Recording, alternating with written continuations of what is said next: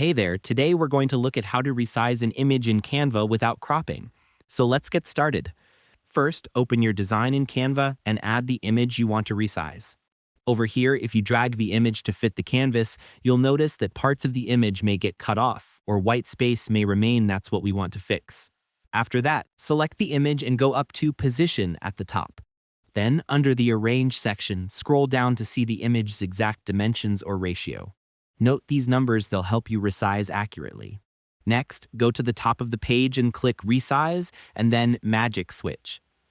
Now select Custom Size and enter the same dimensions you noted earlier. If the numbers aren't whole, round them up slightly so the canvas is fully covered. After that, click Copy and Resize.